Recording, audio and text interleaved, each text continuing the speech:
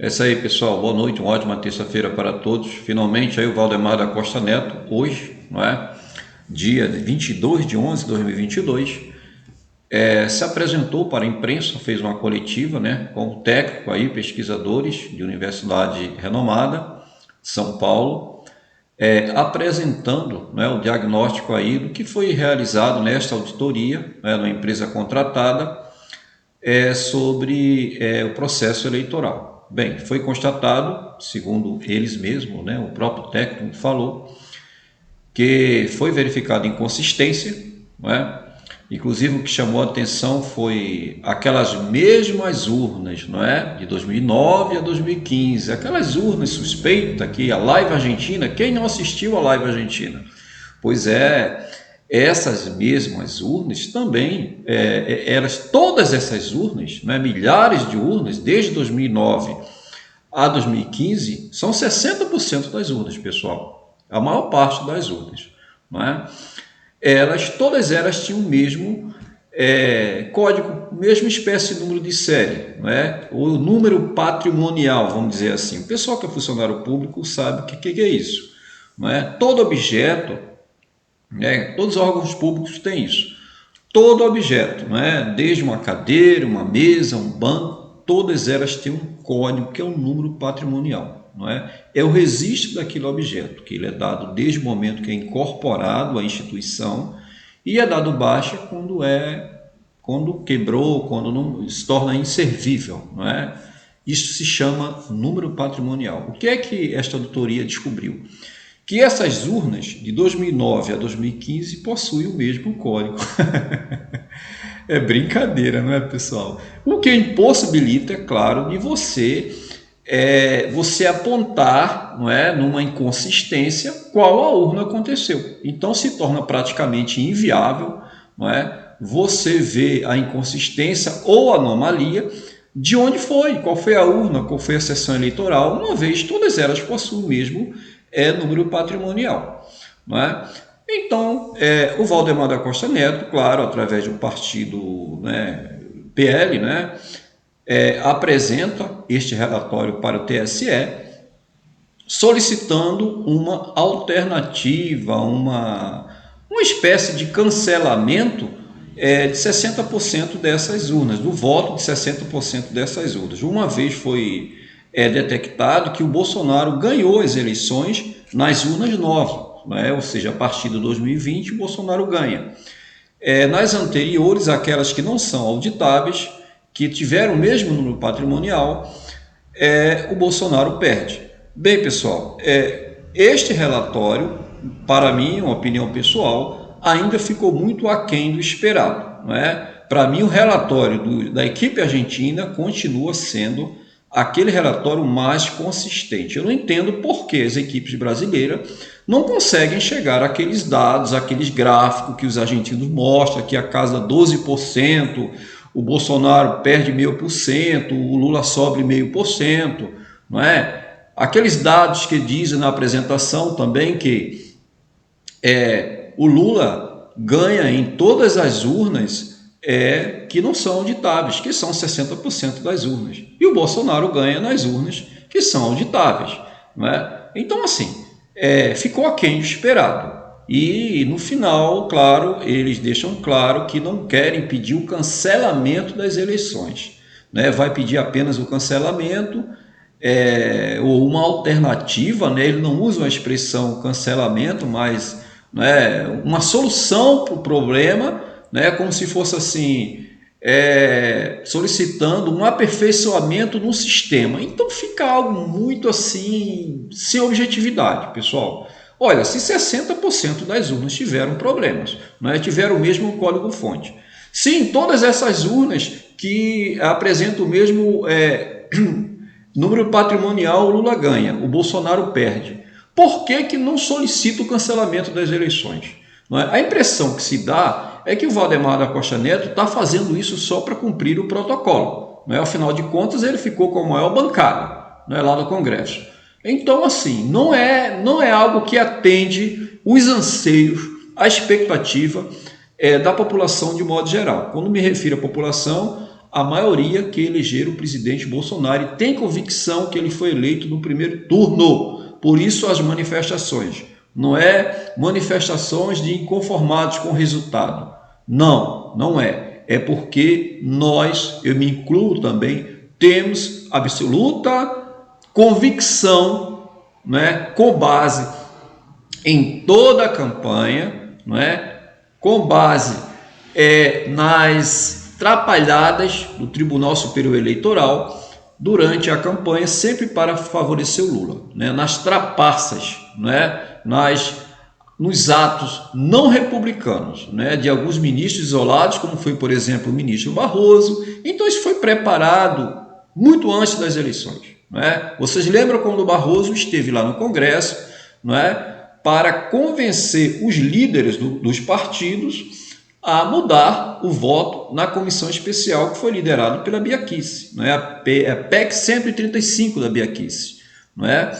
Então é isso. O Felipe Barros era o relator dessa PEC e ficaram extremamente chateados, né? Não só a Bia Kicis, como o Felipe Barros, assim como todos os eleitores do Bolsonaro, porque o Barroso saiu lá do Supremo, sentou-se com os líderes do partido e não sei a conversa que ele teve, mas ele convenceu, intimou a mudar os votos, não é? O Fachin fez a parte dele, que foi soltar o Lula, o Barroso fez a parte dele e o Xandão fez a parte conclusiva, que foi gerenciar as eleições mais polêmicas da nova república, não é?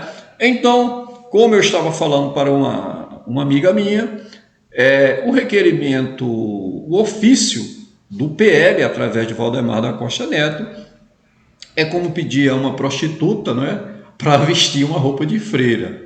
Não é? É alguém que chega na tua casa, rouba, não é? Ou vamos falar mais direto, alguém que roubou de você o que há de mais precioso, o exercício de cidadania, que é o exercício do voto, não é? Porque é através do voto que você elege os seus governadores, os seus prefeitos, os seus parlamentares, o seu presidente da República. Não é? E como falar em democracia se esse voto não é transparente? Se a apuração é lá na caixa preta de um tribunal de exceção.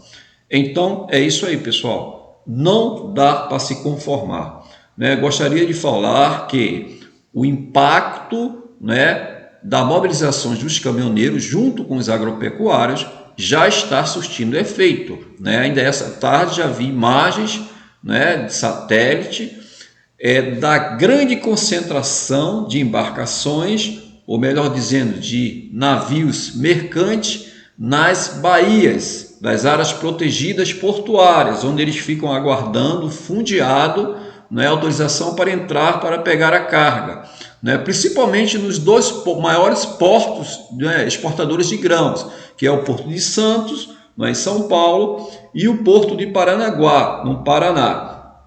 Então, esses dois portos escoam a maior parte dos nossos grãos, que vem de onde?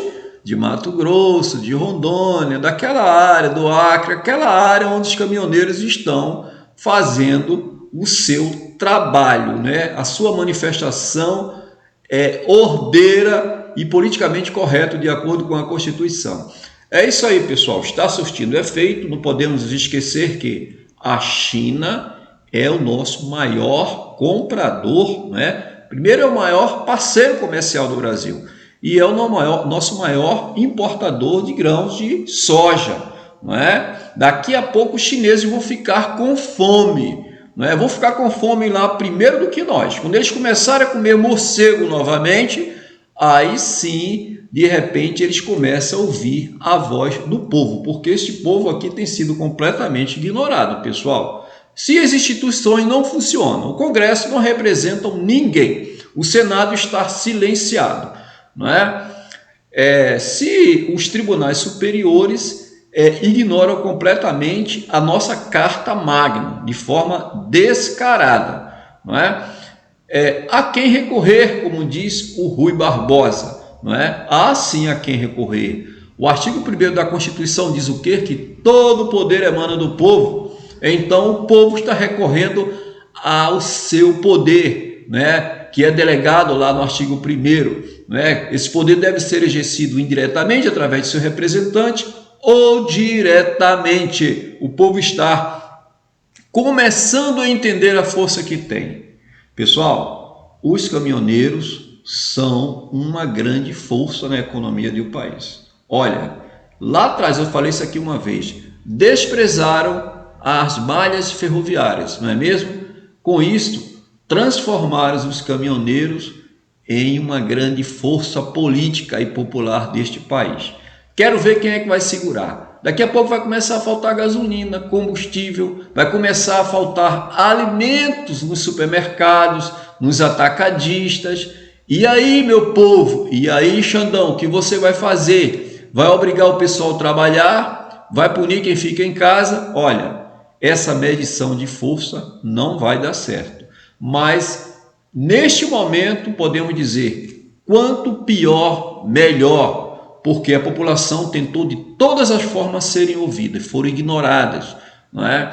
A população foi colocada em último plano, não é? Eles falam de democracia lá dos Estados Unidos e ainda falam assim, perdeu mané, não é? Não amola. Olha, essa expressão não só foi para aquele senhor que o tratou respeitosamente, foi para mais de 60 milhões de brasileiros e não aceitam não ser chamados de mané não.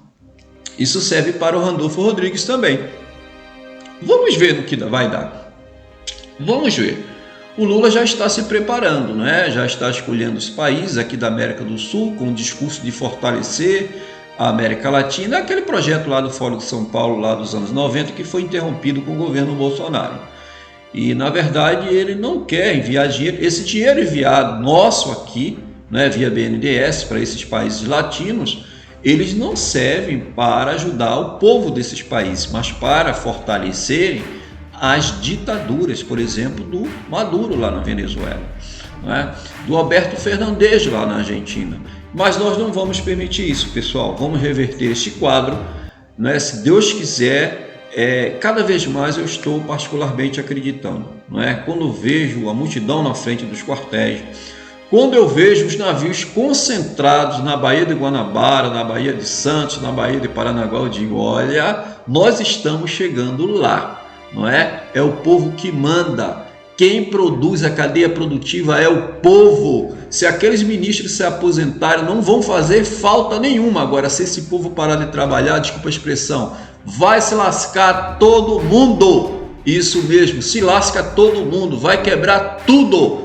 É isso aí, é isso mesmo, é este o caminho que nós devemos tomar. Quebrar a economia, né? Deus abençoe todos os caminhoneiros que estão no caminho certo. Vamos apoiar os caminhoneiros, pessoal.